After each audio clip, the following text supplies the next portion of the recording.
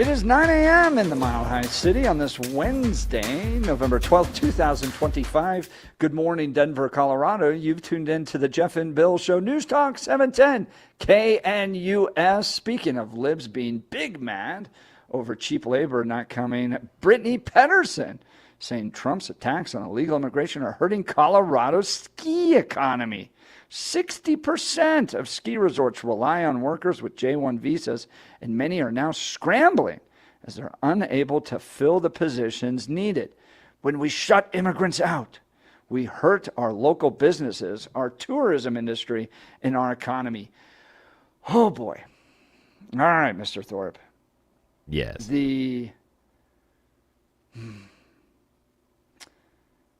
I grew up in Colorado. You grew up in Colorado. Yes, sir. Yep, we both did. What has happened to the ski industry is one of the most heartbreaking tragedies in my entire life of being a Coloradan. Here's the thing is, I will agree with you, but I'm concerned about whether or not we agree about the same thing, knowing the history of the show. Well, I think you and I are going to both agree that the corporatization of the ski industry destroyed it. Yeah, absolutely destroyed it. 100%. Yeah, right? because skiing is no longer an affordable hobby inside of Colorado. Not at all. Freaking A, man. Yeah. Sorry.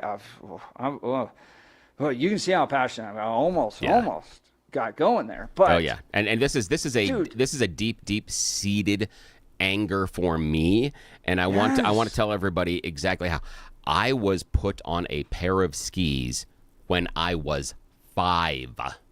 I have thousands of hours on the Colorado ski slopes, and I cannot afford to take my family of 6 to go skiing in Colorado anymore. My kids can't either. Cannot fall in love with a hobby that is dear to my heart. Correct. And it hurts. Bro, perfect words. Yeah, thank you.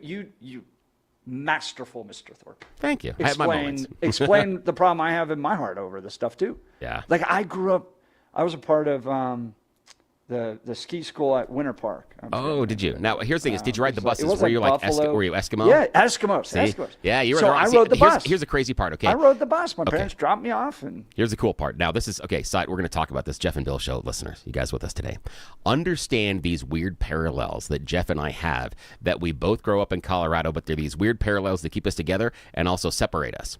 Mm-hmm. During that era in Colorado, there were 2 major companies that were operating, getting kids up to the ski slopes and getting them lessons, then bringing them back home on the weekend.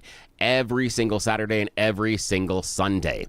They were Eskimo Ski Club and Buffalo Ski Club, and they weren't necessarily friends. Jeff was an Eskimo. I was a Buffalo. This is perfect, my friend. We both did the same thing, but for rival groups. Dude, those were like rival gangs, man. They like were. You wore your patch. Yes, and you hated it when you saw the other patch. You'd be like, hey, you suck. Yes.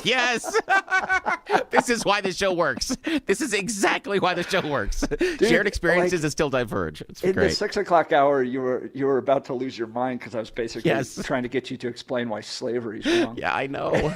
And now we're like come back together. I've always learned in this show that if you just give it time, like if we're really happy and like sharing a fun moment, we'll be at each other's throats later. Absolutely. Yeah. But if we're at each other's throats, just give it time. We'll get back and we'll be happy. Yeah, we'll get back. That's why this works. What I think that's the most heartbreaking thing about being a Coloradan was you grew up, and I don't remember, I'm sure I'm exaggerating this, but I remember, I think I went up Eskimo Ski Club with a $25 check in my pocket. I know they had to pay some other subscription fee, but to get like a lift ticket for the day. Oh, lift tickets were $17 to $22 when you and I were up there riding. And then your mom and dad could throw a 20 in your pocket, sometimes just a 10, and say, get lunch. Yeah, and that was exactly the thing. Right. Yeah, the 20 meant you were eating fat. The $10 meant, you just wouldn't splurge. You might not have a side, but you'd still be just fine. Yeah, exactly. That's exactly. And it was such a great experience. Yes. And it's one I cannot give to my kids. I can't either. And that's because I think the only people that can, like you fall in 2 categories, I've noticed. Either you live dirt cheap, like your entire existence in order to afford those Epic passes. Yeah. And then you know, the drives up and the weekend sacrifices and all that stuff. It just becomes like core to your life. So you have to like super devote to skiing. The other option is you're an investment banker in Manhattan. Yeah, and you come That's out here. it. Yeah, and you come Like out here. there's and you do there's no vacations. middle ground anymore. No. And they fly into Eagle and they stay at the Ritz-Carlton or whatever, or they movie stars that have property up here in the mountains. I'm in Rifle today, but that's it. Those are the only people that can ski anymore. Yeah, I think that the industry decided, kind of had a meeting at some point or another, and as a group decided, do you know how much money we are getting from these tourists versus the workaday Yes. that comes up the mountain? You know, the tourists will come here and they'll splurge on this and they'll buy this and they'll be going out to eat all the time.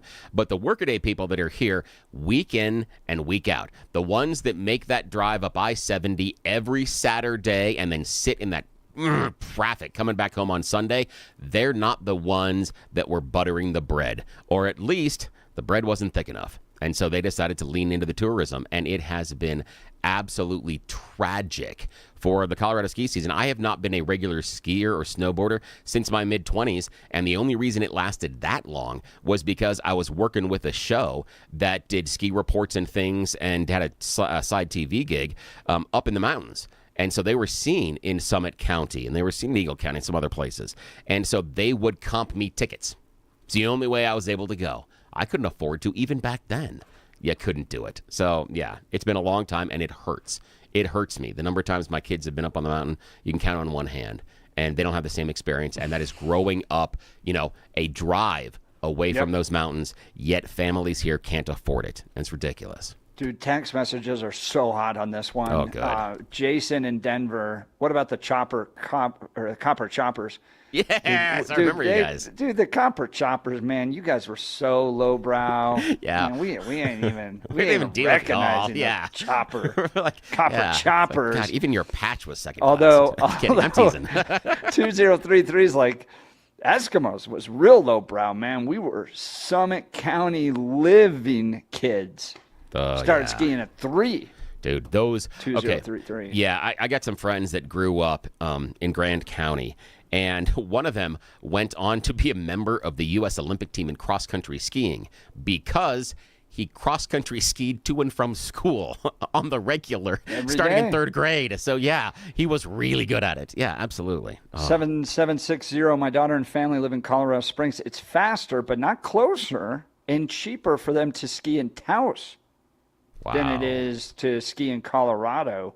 I've seen videos where people do the math, and it's cheaper right now to have a ski vacation in Europe than it is to have a ski vacation in I wouldn't America. doubt it. I wouldn't doubt it because of where we're doing prices. Yeah, wouldn't doubt it at Right. all. Yeah. It's ridiculous. And look, I'm a free market guy. There's questions as to whether or not it's a real free market if you have to rent your land from the federal government and they get to hold the receipts and the permission slips to build a ski resort.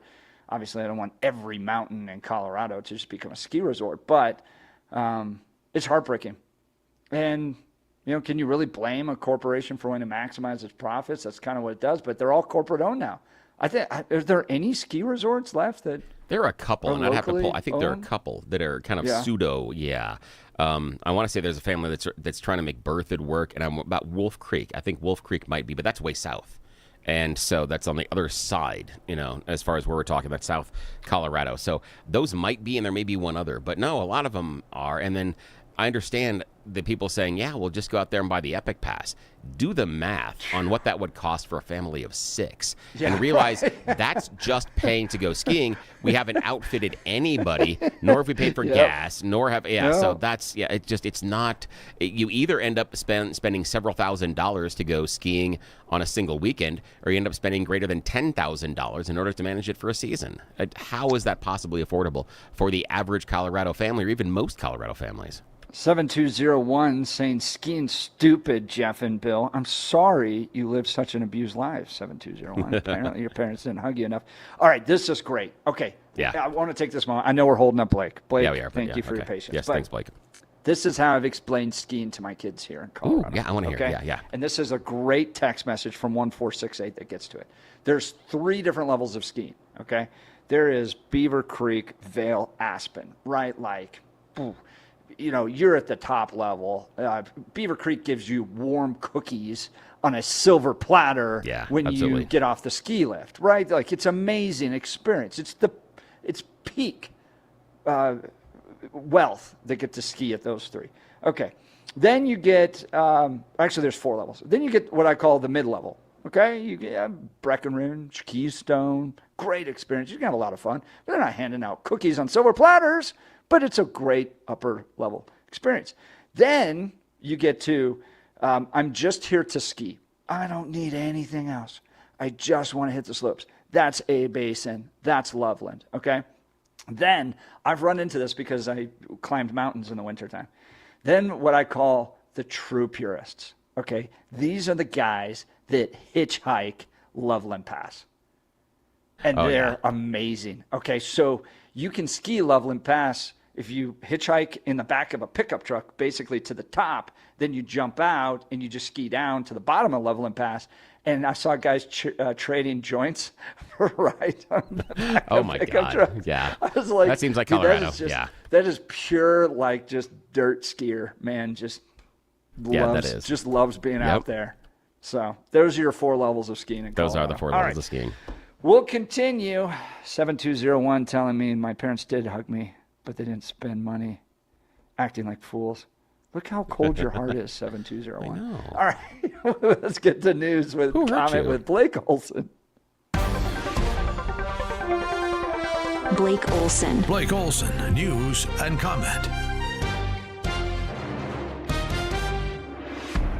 Hey, good morning. Hump day, 47 and partly cloudy in Denver. Gorgeous sunrise this morning and expecting a high of 65 today. News sponsored by Pastor Camp Heating and Air Conditioning at 303-777-1234 to learn more about special savings opportunities on Lennox equipment. Our top story: delays and cancellations are starting to pile up across the country again. Flights have been cut since Friday by the FAA. As of last check, over 600 flights have been delayed and over 800 have been canceled today. Check before you head out today. Now they're like, oh, yeah, well, we burned the house down and we wish it was still burning. I mean, that's essentially what is happening here with the shutdown. It's just crazy. Congressman Jeff Crank on the show this morning with Jeff and Billy, and the Schumer shutdown could come to an end tonight as the House is to vote on a funding measure. Overnight, the House Rules Committee voted along party lines to advance a government funding deal that's already passed in the Senate.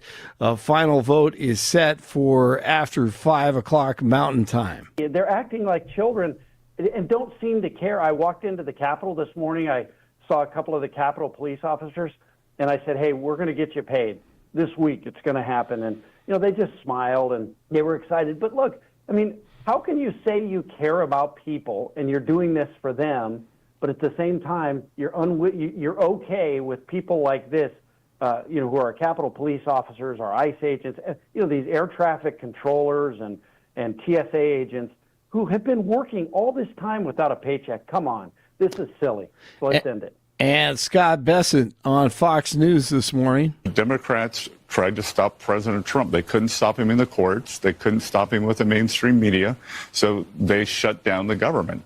And they've taken the mask off. Ezra Klein in the New York Times yesterday actually said this was never about health care. This was about President Trump and his totalitarianism. The grandson of JFK has plans to run for a congressional seat in New York City next year. Jack Schlossberg is the only son of Caroline Kennedy and will seek to replace the retiring Jerry Nadler in his Manhattan district. The 32-year-old political commentator, writer, and online influencer spoke at the 24 Democratic National Convention. And you know what? He may want to change his name to Kennedy. That's a tough one. Schlossberg. Shanae, Jazzy J, Jasmine Crockett, wasting thousands on luxury amenities outside her district, according to the FEC. $4,000 on the Ritz-Carlton, $2,300 on the luxury collection, whatever that is, $5,300 on the West Hollywood edition, and that's just to name a few as they expose her on Fox News Channel this morning after she complained about not having enough money for security.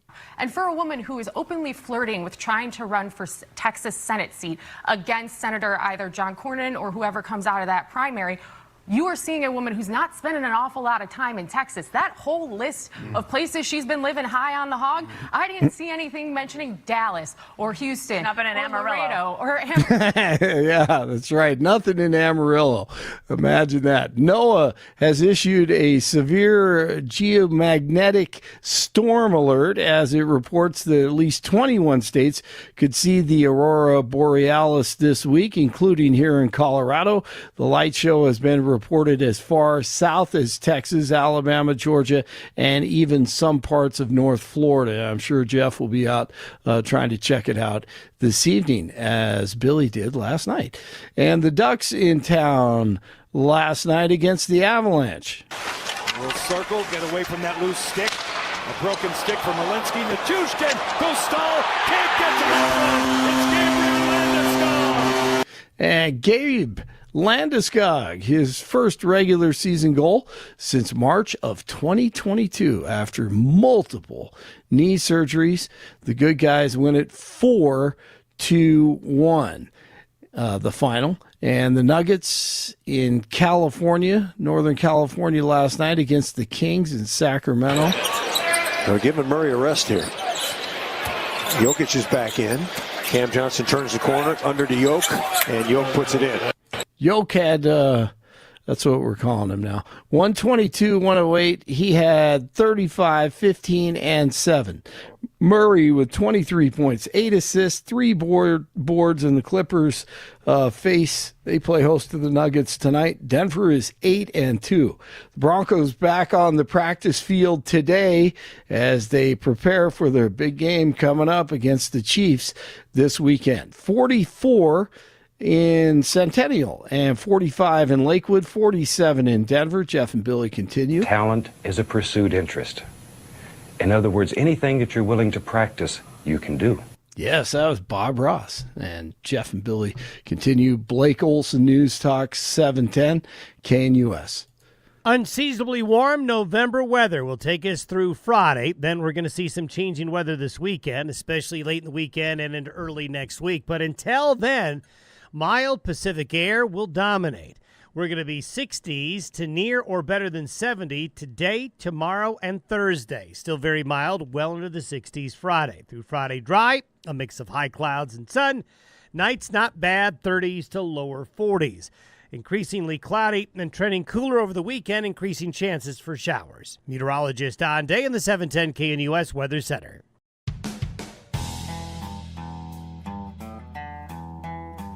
Welcome back to the Jeff and Bill Show. We're talking a tweet from Brittany Pedersen. She's big mad, as the libs are, that they don't get their cheap labor here in America anymore. Trump's attacks on legal immigration are hurting Colorado's economy.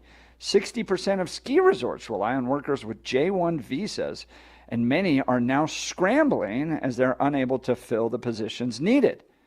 Well, just hire Coloradans. I don't know. Aren't there a bunch of kids out there that love to have these jobs? When we shut immigrants out, we hurt our local businesses, our tourism industry, and our economy. But I don't like the way the industry is right now. Yeah, in what way? I mean, one, it's highly corporatized. And to the caller's point about the U.S. Chamber loving cheap labor, yeah, they do. And look, Republicans were all for this prior to Trump. And I think the economy's suffering in certain ways. So look where we are in Colorado right now with our ski industry. You've got mega corporations that own lots of them, not all of them, but lots of them. They've come to recognize that out-of-towners will pay a fortune in order to have a ski vacation here. So they're going to make that their core customer. Families in Colorado that want to raise their kids to ski have to pay a lot. I think Jason in Denver texted that he taught his kids to ski, but it cost a fortune to do so. Yeah, and I want to add this in, too, talking to Blake off air, he had to run. But I didn't know this. Blake grew up in Steamboat. He's a ski kid. And he said before he left, he's like, it kills him that he can't afford to take his kids skiing and let them experience the same thing that he did growing up. He said, think about that, being a Coloradan who grows up in the nest of some of the best skiing on the planet, and he can't share that with his kids. Steamboat is amazing. So, and then they rely on J-1 visas and foreign workers, and they house them and all that stuff. And maybe I'm like going back to my like Warren, who's that ski? Who does the ski videos? Warren Burns, isn't it? Warren Burns? No, Warren Burns was the guy that did the restaurant show here locally. I used to go to the release of these. Yeah, me too, because you'd see him all the time. Yeah. Right. But like skiing was like super localized. Like the kids in the community worked Warren Miller, because I'm an idiot. Warren Miller. Thank you, Google Box. Damn it. But I mean, it felt like skiing was like the local kids worked, and it was a great experience for Coloradans, and we all got to go up, and you rode in rink-a-dink little chairlifts and all that. Now everything's like high speed this, high speed that. It's super corporatized. They rely on, apparently 60% of their employees aren't even from Colorado. They're foreign born. So you have people that these corporations have to fly in to be a part of it. I just think the whole experience sucks now. I don't know. What do you think? Ugh. Thank you for the 15 people that text us, Warren Miller. Thank you so much. You guys rock. You guys rock. Yeah, it's the corporatization of it has taken out some of the enjoyment, some of what you have the ability to do. And part of it also is there is a problem with housing up there is. Now, my dad was, at a point in his life, early 20s, he was a ski bum. Now, he did have a job, but he lived and worked in Georgetown specifically so that he could ski as often as possible. And it was affordable. That was your pops, huh? What did he do in Georgetown? Do you remember? He worked with, it was an engineering and mining company at the time is what he was working with. And so, which is why I have this love of geology. So part of what he was doing is he was out there, they were doing surveys and looking for specific veins and where there may be particular metals that they were looking for. And so that's what he was out doing, some of the surveys and things like that. And it was great.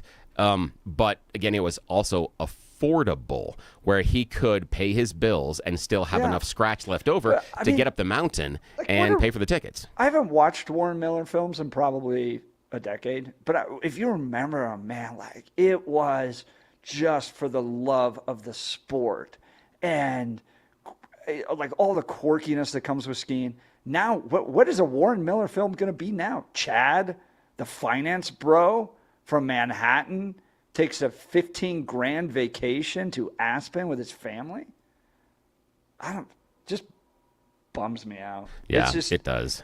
And Brittany Pedersen screaming about we can't have more immigrants coming in to service this corporatized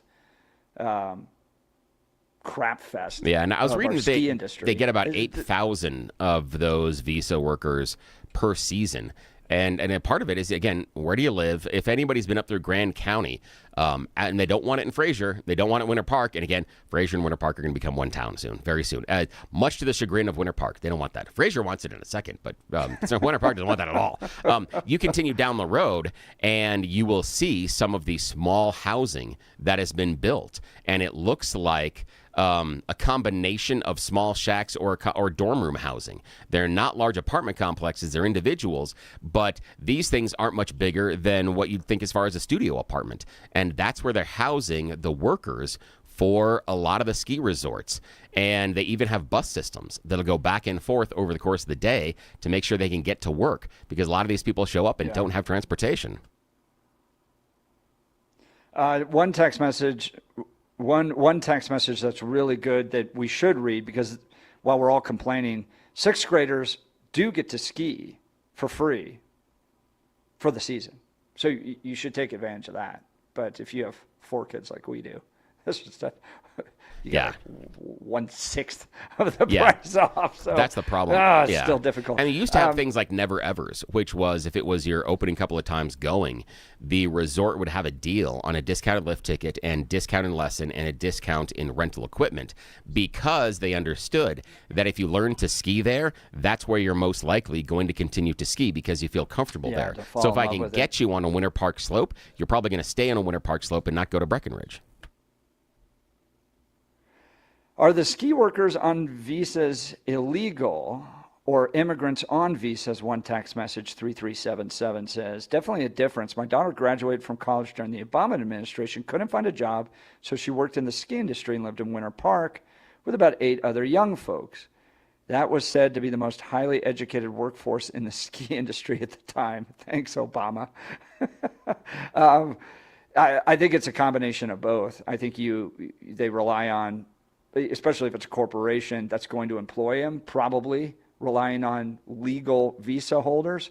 But the people cleaning the toilets in the hotels, probably not legal visa holders. I'm just saying it's probably a mix. Let's go to the phone lines. Bill, who do we got? We've got RJ in Parker joining us. Good morning, RJ. Good morning, gentlemen. RJ. You're on with Jeff and Bill. Hey, I just wanted to, I love skiing. I love Colorado, but Vail Resorts, I've got 3 children. Little things that they do. They're kind of like one of these greyhounds of the airlines, where they win the internet war and hit you with fees, you know? Oh, yeah. You can book a room, and then you can spend, hey, here's $200, $300 a night. And then when you go to, basically hit the bottom line saying, I'm going to pay for it, there's all these daily resort fee charges of up to $100, $135. And then they do little things like, okay, you can't check into your room until 4, and then checkouts at 10 a.m. in the morning. When you have 3 kids, that extra hour can kind of mean everything if you want to have like a cup of coffee or something, Oh, yeah. So, they used to give cookies. The 4 o'clock check-in, you can't even get up there and ski that night you're paying because they shut the mountain down at 3:30 the last year. So it's one of these problems I've always had with Vail Resorts, where you're paying for the room that day, and you can't check in until 4, and then they want you out at 10 the next day, and then they hit you with these fees because they're winning the internet war. Yeah, it's basically a place to just lie down and sleep. Yeah.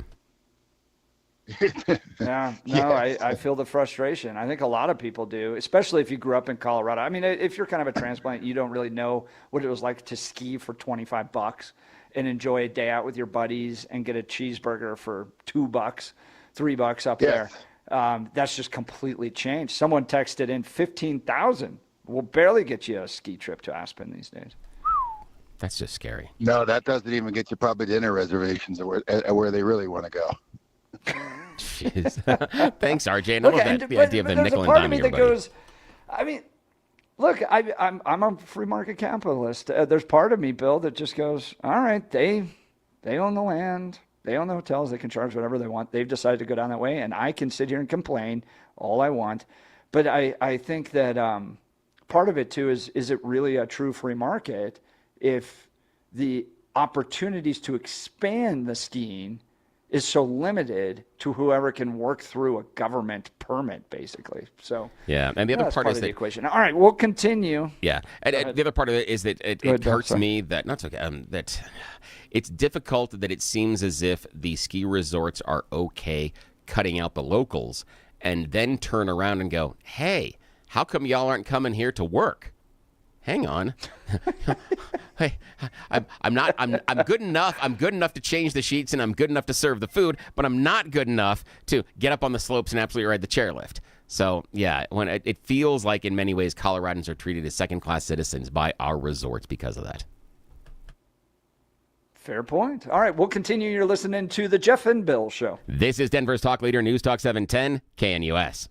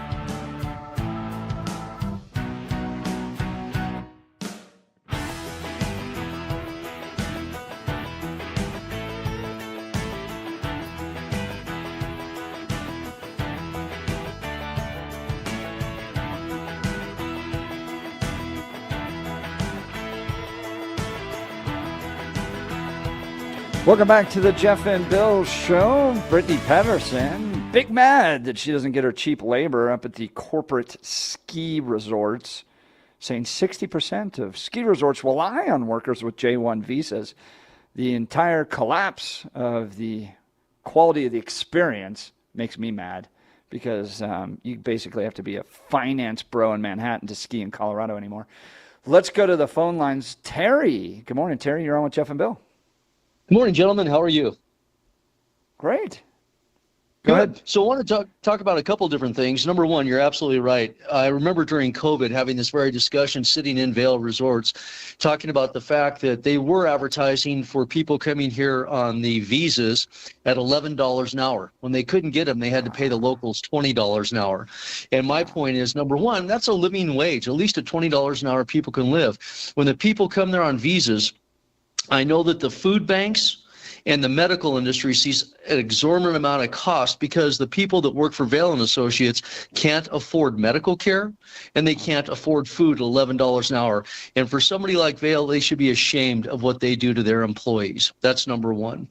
Number two, I remember going to Zermatt in Switzerland with my daughter 2 years ago. And we were mountain biking the area. And I asked them what a day pass cost to ski Zermatt. It was $80 a day. Vail is $300. We stayed in a hotel that was basically a townhome right above the gondola. It was really very, very nice. In Vail, it probably would have been $1,500 a night. I paid $300 a night there. And the other thing that just kills me is Vail does give a good discount. Epic is a good discount on the pass, but to charge $50 a day parking, it just is ridiculous. And as you said, I used to go to the ski areas. I don't know if you guys remember the Eskimo ski train, but I used to ski on the Eskimo ski train and go up, and I learned to ski at Winter Park. And now you go up to the ski areas, and honestly, you very seldom see children at the area like you used to. I remember going into the old lodge, and it would be all kids and a few parents. Now it's a few kids and all parents. Terry, that is very insightful. That is, That's Terry. Thanks for the call, man. And I want to share this with you. Ski train story of me. Formidable years, rolling up there, middle school time. There was a kid who was a couple years older than my friends and I, and he was kind of being a bully to everybody in that area, the ski train. That's when a couple of high schoolers felt that they had had enough, and so they grabbed him and they hung him up by his ski pants on one of the hangers, and he's about 4 feet off the ground getting a giant wedgie. Very few times have I enjoyed karma as much as that. Very few times. That was great. Well, live in studio with us is Peter Boyles. Good morning, Pete. Thanks for joining us. Morning. Morning, you guys. Plus, real quick, talk about Jeff Hildebrand and his service yesterday. Oh, yeah. God, that was... Oh, man. That was powerful. So that was. I think the best element are the grandchildren. Oh, they were great. Doesn't that give you a window into who the person really is? Oh, yeah. It was just kind, and it's the first time I met his wife, and it was wonderful. We all sat together, and so that was good stuff for radio. To skiing, what happened, at least in my world, the money guys came in, just much like radio, and I don't know how many times Winter Park has been transferred, I think twice, Vail and Associates. These guys own multiple ski areas now. It isn't like when I first went to Winter Park after I gained my sobriety, and it was owned by the city of Denver. And I went and I read about it, and it was built as a park, a winter park for the children of Denver. And it's all changed now. It's taken the golf course. It's the idea on a golf course is how much you can get for the property surrounding the tees and greens, not so much for the golf course itself. To the caller who called about Europe, in Europe, most of the ski areas are owned by the state. They are owned by the country itself. And so they maintain, and it's wonderful. I've talked to so many friends who have skied in Europe. Same thing, I think, in Canada when you go to Blackcomb or Whistler or any of those. But those are owned now by the money markets as well. So that's what you're paying for. I mean, Billy's right. Jeff, you're right. What are you going to do when you want to put a kid in Buffaloes or Eskimos? It's gone. you can't afford it. How much is a pass? And I listened to that guy say, I haven't skied in Vail for a while. I've skied in Aspen. It's an arm and a leg. It's $300 a day. Yeah, right sure. now. And wait till you get and when you get to the holidays, it goes up. You know, surge exactly pricing. right. That's great. Christmas in Aspen. I guess for me, look, I'm a free market guy, so there's part of me that goes, look, you make as much as you want. That's I'm your with you. choice. I don't like when states own things because I think quality goes down, and then you get lots of other. That's not true in Europe, involved. Jeff. That's not true in Europe. Yeah, and I would want to know how much is actually owned by the state because, for instance, Quite a like bit. the mountain is owned by the federal government, but then are the hotels or the lifts or the But that's dining what I rooms said, or the that's- food, all that stuff. Is it all owned by the state? I don't know. That's the golf course where right. it's the land, or like if you bought a ski in and ski out in Vail, what do you think that's going to run you? What a ski in, ski out in Aspen? That's going to be astronomical. Yeah. So, but even the areas like Winter Park that were once really owned by the city, they were publicly owned. And So I I guess, did a little bit of research right now. Epic Pass, because it goes up. Price goes up on the 16th. So if you want to drop it right now, the full Epic Pass will run you $1,121. And wait for it. That does let you ski on peak dates. Now, if you want to save a little bit of money, you can get the Epic Local Pass for $833. But then you can't go skiing on the peak dates. You can't go. You can't go on Christmas Eve. No. You can't go on Christmas Day. Yeah, part of me would go, well, then just open it up because it seems like the restricted amount of ski resorts is what's driving up the cost. But we can get to that. Pete, you got a show Saturday. Tell us what you got going on Saturday. About talk. I've dubbed the show Talk About Talk. And I got calls out to a lot of people. I'm going to ask you two guys to come on. I think you'll be amazed who's going to show up on the radio show on Saturday. But there's so much flux and so much turmoil right now in talk radio, and we all know about it. Mm-hmm. And I want to know what people think about talk radio in the market today, as well as the national shows. Look at there's a feud now between Levine and Tucker Carlson. I don't know if you followed that. Yeah. I mean, these guys are going at each other. Yeah. And we lost Charlie Kirk, which I thought was this great tragedy. He's much like, we talked about the loss of Alan. It's a crazy, and of course Limbaugh passed away. What's talk radio going to do now? Where is it headed, and what's going to happen? So talking about talk, and you guys are welcome to come on. I'd love to hear your voice. Absolutely. Excellent. Sounds That's like nice. a great show. Always good. 9 a.m. to 1 p.m. on Saturdays, right here, 710 KNUS. Are you going to go ski, Pete? Are you still a skier? Yeah.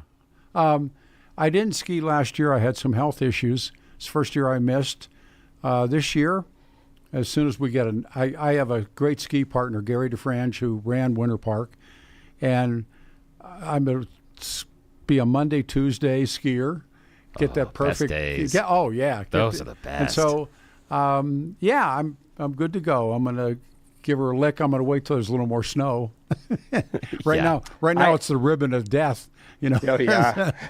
Yeah, when you hear that, with your skis right now. But I love what you guys were talking about. I didn't grow up here, and I didn't ski as a kid. I didn't ski until after I gained my sobriety. So I was 42 years old first time I put on skis. So, yeah. What was that like? I think the late Jerry Groswald, who had done a radio remote up there, and when we were done, Jerry said, "Oh, you're going to ski?" No, I'm not. And he gave me, he loaned me all the equipment, pants, jackets, and everything, and he got me this great instructor. And her area of expertise, she was German, was children. Hey, all right. And you found you the right instructor. And Peter Boyles, 42. We skied, and I haven't stopped since, and I've been banged up a couple of times, but there's nothing quite like that. That bluebird morning. You got powder last night. If you catch it on a Monday or Tuesday, and in the inside they call it first tracks. you're the guy. Yeah. You're the guy cutting it. And Pete, I had a pass, and my record was 21 straight days of skiing. Ooh, that is That beautiful. was in college. That was nice. All right, we'll guys. get to Mark from Fraser next. You're listening to the Jeff and Bill Show. This is Denver's Talk Leader, News Talk 710 KNUS.